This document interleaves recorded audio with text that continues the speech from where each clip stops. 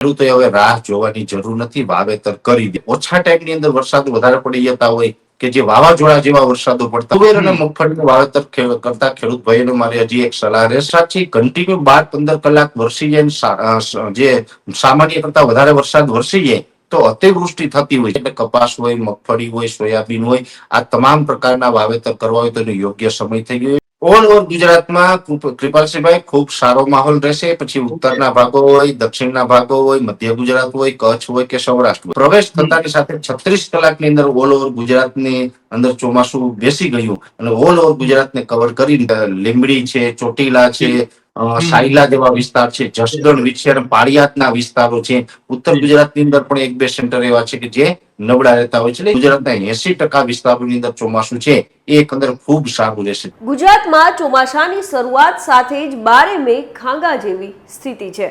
અરબી સમુદ્રમાં વરસાદી સિસ્ટમ મજબૂત થતા દક્ષિણ ગુજરાત અને સૌરાષ્ટ્ર સહિતના અનેક વિસ્તારો પહેલા વરસાદમાં જ પાણીમાં ગરકાવ થયા છે.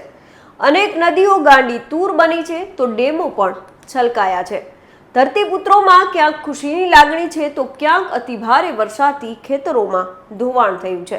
એટલે કે મેઘો અનેક જગ્યાએ આફત રૂપે પણ વરસ્યો છે. હજુ પણ આગામી 3 દિવસ અનેક જિલ્લામાં ભારેથી અતિભારે વરસાદના મંડાણ છે. નમસ્કાર, હું છું મમતા ગઢવી. વાવણીને લઈને પરેશ ગોસ્વામીએ ખેડૂતોને શું સલાહ આપી તે જાણીએ તે પહેલા કયા વિસ્તારોમાં રેડ એલર્ટ આપવામાં આવ્યું છે અને કયા જિલ્લાએ વધુ સાવચેતી રાખવાની જરૂર છે તેના વિશે વાત કરીએ. વાત ગુજરાતી પર. રાજ્યમાં સત્તાવાર રીતે ચોમાસાની એન્ટ્રી થતાની સાથે જ વરસાદે ભૂકા બોલાવ્યા છે. અનેક વિસ્તારો પહેલા વરસાદમાં જ જળબંબાકાર જેવી સ્થિતિ છે. આખી સિઝન બાદ જે ડેમ છલકાતા તે પહેલા વરસાદમાં જ છલકી ગયા છે. કેટલાય નીચાણવાળા વિસ્તારોમાં રહેતા લોકોને સલામત સ્થળે ખસેડવામાં આવ્યા છે. છેલ્લા 24 કલાકના વરસાદની વાત કરીએ તો ગુજરાતના 160 તાલુકામાં ધોધમાર વરસાદ વરસ્યો છે. જેમાં સૌથી વધુ ડાંગના આહવામાં 9.8 ઇંચ વરસાદ પડતા જનજીવન પણ ખોરવાયું છે. આ ઉપરાંત વલસાડના કપરાડામાં 9.5 ઇંચ વરસાદ, ડાંગના વધઈમાં પણ 7.7 ઇંચ, આ ઉપરાંત સુબીરમાં 7.1 ઇંચ, વલસાડના ધરમપુરમાં 6.6 ઇંચ, નવસારીના વાસંદામાં 6.3 ઇંચ વરસાદ, જ્યારે 24 કલાકમાં 34 તાલુકામાં 2 ઇંચ વરસાદ પણ ખાબક્યો છે. જ્યારે 71 તાલુકામાં 1 ઇંચથી વધુ વરસાદ પડ્યો છે. હવામાન વિભાગની આગાહી અનુસાર આજે પણ અનેક વિસ્તારોમાં રેડ એલર્ટ આપવામાં આવ્યું છે. હવામાન વિભાગની આગાહી અનુસાર આગામી 24 કલાક દક્ષિણ ગુજરાત અને સૌરાષ્ટ્રમાં ભારેથી અતિભારે વરસાદની આગાહી છે. આ ઉપરાંત બનાસકાંઠા, સાબરકાંઠા, મહીસાગર, વડોદરા, નર્મદા અને બોટાદમાં પણ ભારે વરસાદની આગાહી છે. જો વિગતે વાત કરીએ તો આજે નર્મદા, ભરૂચ, સુરત, ડાંગ, નવસારી, વલસાડ, તાપી, દમણ, દાદરાનગર હવેલી, અમરેલી, ભાવનગર, ગીર સોમનાથ અને દીવમાં પણ ભારે વરસાદની શક્યતા છે. આથી આ વિસ્તારોમાં યલો એલર્ટ આપવામાં આવ્યું છે. ભારે વરસાદને પગલે રાજ્યના 209 ડેમમાંથી 11 ડેમ હાઈ એલર્ટ પર છે. જેમાં રાજુલાનો ધાતરવડી ડેમ, સાવરકુંડલાનો સૂરજવાડી ડેમ, મહુવાનો રોજકી ડેમ, મહુવાનો બગડ ડેમ, ગધાડાનો ભીમદાદ ડેમ, ચુડાનો વાંસલ ડેમ, સાયલાનો ભીમભોગાવો ડેમ 1, આ ઉપરાંત મુલીનો સબુરી ડેમ, વઢવાણનો ધોળી ધજા ડેમ, ઉમરાળાનો રંઘોળા ડેમ પણ હાઈ એલર્ટ પર છે. વાવણીને લઈને પરેશ ગોસ્વામી શું કંઈ કહી રહ્યા છે તે જાણીએ.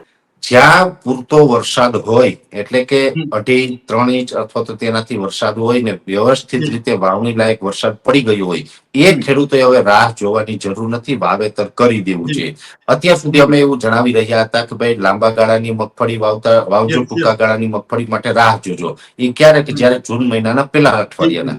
હવે આ જે જૂન મહિનાનું 3જું અઠવાડિયું અત્યારે હવે ચાલુ થઈ ગયું છે. એટલે હવે કોઈ પણ ખેડૂતોએ ટૂંકા ગાળાની મગફળી વાવી હોય તો એનું વાવેતર કરી શકાય, લાંબા ગાળાની મગફળી, બંને પ્રકારની મગફળી વાવી શકે.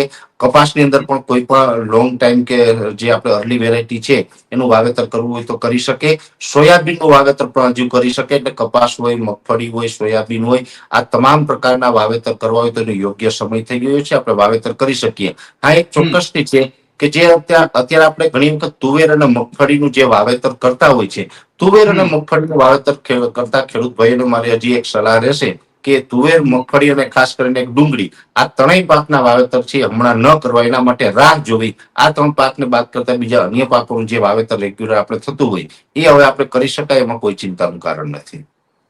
પરેશભાઈ, અત્યારે વરસાદ સાથે ભારે પવન અને વીજળી પણ જોવા મળી રહ્યા છે, તો આગામી સમયમાં આ પ્રકારે જ માહોલ જોવા મળશે અને તાપમાન છે તે હવે ક્યાંક ને ક્યાંક તાપમાનમાંથી લોકોને રાહત મળશે? તાપમાનમાંથી ચોક્કસથી રાહત મળશે, કેમ કે હવે તો જે આ વાદળછાયું વાતાવરણ રહેવાનું છે, ચોમાસું બેસી ગયું છે, એટલે તાપમાન સ્વાભાવિક રીતે 15 જૂન પછી તો તાપમાન ઘટી જતું હોય. તાપમાન ઘટી જશે, પણ હ્યુમિડિટી હજી વધારે છે, જેને કારણે જે આપણે ગરમી અને જે ઉમસ ભર્યું વાતાવરણ છે, જોકે હવે છેલ્લા 2 દિવસથી વરસાદને કારણે થોડી ઠંડક જોવા મળી રહી છે, છતાં પણ હજી આપણે ઉકળાટનો જે અહેસાસ છે એ થાય છે. અને સમગ્ર જૂન મહિના દરમિયાન આ ગરમી ઉકળાટ છે આપણે અનુભવાશે, ભલે ઓછી માત્રામાં પણ ગરમી ઉકળાટ છે યથાવત રહેશે. તાપમાનમાંથી આપણે રાહત મળશે. અને જે તમારો બીજો સવાલ હતો ગાજવીજનું સ્વાભાવિક કારણ એ છે કે આ પહેલો વરસાદ છે, ખાસ કરીને જે સાયક્લોનિક સર્ક્યુલેશન આવ્યું ને એમાં એના આઉટર ક્લાઉડને કારણે થંડરસ્ટોર્મ એક્ટિવિટી થઈ. જ્યારે થંડરસ્ટોર્મ એક્ટિવિટી થાય ત્યારે પવન અને ગાજવીજનું પ્રમાણ છે વધારે જોવા મળતું હોય છે. એના ભાગરૂપે અત્યારે પણ પવન અને ગાજવીજનું પ્રમાણ જોવા મળ્યું છે. અને જૂન મહિનાની અંદર જે વરસાદો પડે એમાં મોટા ભાગે પવન અને ગાજવીજ સાથે વરસાદો પડતા હોય, પણ જુલાઈ મહિનાની અંદર જે વરસાદો હશે એ નૈઋત્યના ચોમાસાના જે રાબેતા મુજબના વરસાદો હશે એ જ જોવા મળશે. એ પછી આપણે પવન અને ગાજવીજનું પ્રમાણ ઘટી જશે. ખાસ કરીને ગાજવીજ કદાચ જુલાઈ મહિનામાં પણ અમુક સમયે થતી હોય છે, પણ જે મહત્વનો મુદ્દો છે પવન, એ પવનનું પ્રમાણ ઘટી જશે. અને જે આપણે ઓછા ટાઈમની અંદર વરસાદ વધારે પડી જતા હોય કે જે વાવાઝોડા જેવા વરસાદો પડતા હોય જૂનમાં, એ પછી જુલાઈના છે વાવાઝોડા જેવા વરસાદો ન હોય. એ વરસાદો છે ઘણી વખત અતિવૃષ્ટિ સર્જે છે, કે એ અતિવૃષ્ટિ એટલે કે વરસાદ છે કન્ટિન્યુ 12-15 કલાક વરસી જાય, જે સામાન્ય કરતા વધારે વરસાદ વરસી જાય તો અતિવૃષ્ટિ થતી હોય છે. પણ અત્યારે જે તોફાનો જોવા મળે છે એવા તોફાનો પછી આપણે ન જોવા મળે, અને રેગ્યુલર ચોમાસું છે એ પછીથી આપણે નોંધાઈ શકે છે. જી પરેશભાઈ, 2025ના ચોમાસાને પ્રવેશને લઈને શું લાગે છે કે આ ચોમાસું લંબાઈ જેવી શક્યતાઓ છે? આને અત્યારે જે પ્રવેશ કર્યો છે એનું ચોમાસું પછી લંબાઈ શકે એને કોઈ લેવા દેવા હોતા નથી. ચોમાસાનો પ્રવેશ છે ને એ પણ એવું હોય છે કે જયારે કોઈ વરસાદની સિસ્ટમ બની હોય છે, એ સિસ્ટમની જે ગતિ હોય છે, એ સિસ્ટમ જેટલી ઝડપથી ગતિ કરે એટલા વિસ્તારોને વધારે કવર કરી લેતું હોય છે. ને એ સિસ્ટમ છે કયા વિસ્તાર ઉપરથી પસાર થાય છે એ પણ ખૂબ મહત્વનો ભાગ ભજવતું હોય છે. એટલે આ ચોમાસાનું જે પ્રવેશ છે એનાથી આપણે ચોમાસું લંબાશે એવું ન કહી શકાય. રાબેતા મુજબ આમ તો આપણે 1 થી 12 ઓક્ટોબરમાં મોન્સૂન વિડ્રોઅલ પ્રોસેસ ચાલશે એવું અનુમાન છે, એટલે ચોમાસું ત્યાં સુધી ચાલશે એવું ગણી શકાય. પણ જે પ્રવેશ થયો છે એ પ્રવેશ થતાની સાથે 36 કલાકની અંદર ઓલ ઓવર ગુજરાતની અંદર ચોમાસું બેસી ગયું અને ઓલ ઓવર ગુજરાતને કવર કરી દીધું. આ એક નવો સંશોધનનો વિષય ચોક્કસથી હું માની રહ્યો છું. જી પરેશભાઈ, અંતિમ પ્રશ્ન છે. આપણે જોઈએ તો પરેશભાઈ આ વખતે કચ્છ કે બનાસકાંઠા ત્યાં પણ વરસાદી માહોલ છે તે જામવાનો છે, એટલે કે ચોમાસું સારું રહેવાનું છે તેવી શક્યતાઓ કેટલી છે? ગુજરાતભરની આપણે જોઈએ તો અનેક એવા વિસ્તાર હોય છે જ્યાં અન્ય વિસ્તારોની સરખામણીમાં થોડો ઓછો વરસાદ જોવા મળતો હોય છે. તો શું લાગે છે આ વખતે ગુજરાતમાં કેવો માહોલ રહેશે ચોમાસા દરમિયાન? ઓલ ઓવર ગુજરાતમાં કૃપાલસિંહભાઈ ખૂબ સારો માહોલ રહેશે. પછી ઉત્તરના ભાગો હોય, દક્ષિણના ભાગો હોય, મધ્ય ગુજરાત હોય, કચ્છ હોય કે સૌરાષ્ટ્ર હોય, ઓલ ઓવર ગુજરાતમાં એવરેજ 80% વિસ્તાર, ગુજરાતના 80% વિસ્તાર એવા છે કે ત્યાં 98% થી લઈને 106% સુધીનો વરસાદ થાય અને ચોમાસું સારું રહેશે. ઠીક છે કે 5, 10 કે 20% વિસ્તાર છે તો દર વર્ષે, કેમ કે ગુજરાત રાજ્ય પણ આપણે વિસ્તારની દ્રષ્ટિએ ખૂબ મોટું છે, એટલે ઘણી વખત 15-20% વિસ્તાર છે એમાં નબળું રહી જતું હોય. અને નબળું એ પણ કોઈ ચોક્કસ વિસ્તાર હોય, છૂટાછવાયા વિસ્તાર હોય. મોટા ભાગે છૂટાછવાયા વિસ્તારની વાત કરો, જે અત્યાર સુધીનો જે ટ્રેક રહ્યો છે એમાં આપણે જે લીંબડી છે, ચોટીલા છે, સાયલા જેવા વિસ્તાર છે, જસદણ, વિછેર, પાળિયાદના વિસ્તારો છે. ઉત્તર ગુજરાતની અંદર પણ 1-2 સેન્ટર એવા છે કે જે નબળા રહેતા હોય છે. એટલે છૂટાછવાયા વિસ્તારો છે નબળા રહેતા હોય છે. એ કદાચ 15-20% કદાચ રહી શકે. બાકી ગુજરાતના 80% વિસ્તારોની અંદર ચોમાસું છે એ એકંદર ખૂબ સારું રહેશે તેવું અનુમાન છે. આપને જણાવી દઈએ કે હવામાન વિભાગે આવનાર આખા અઠવાડિયામાં ગુજરાતમાં ભારે વરસાદ થવાની શક્યતા વ્યક્ત કરી છે. જ્યારે આજે રાજ્યના 10 જિલ્લામાં ભારે વરસાદનું રેડ એલર્ટ આપવામાં આવ્યું છે. આજે સૌરાષ્ટ્રમાં પોરબંદર, જુનાગઢ, મોરબી, બોટાદ, ભાવનગર અને સુરેન્દ્રનગરમાં અત્યંત ભારે વરસાદની આગાહી છે. તો અમદાવાદ, આણંદ, ભરૂચ અને સુરતમાં પણ અતિ ભારે વરસાદની શક્યતા છે. તો સૌરાષ્ટ્રના અન્ય જિલ્લાઓમાં પણ અતિ ભારે વરસાદની આગાહી વ્યક્ત કરવામાં આવી છે. આ સિવાય હવામાન વિભાગે ગુજરાતના 12 જિલ્લામાં ઓરેન્જ એલર્ટ જારી કર્યું છે. સૌરાષ્ટ્ર, દક્ષિણ ગુજરાત અને ઉત્તર ગુજરાતના કેટલાક જિલ્લાઓમાં આજે ભારે વરસાદનું ઓરેન્જ એલર્ટ પણ આપવામાં આવ્યું છે. અરવલ્લી, મહીસાગર, દાહોદ, ડાંગ, નવસારી, વલસાડ, દાદરાનગર હવેલી, દમણ તેમજ પોરબંદર, જુનાગઢ, ગીર સોમનાથ, દીવ, અમરેલી અને ભાવનગરમાં પણ ભારે વરસાદની શક્યતા છે.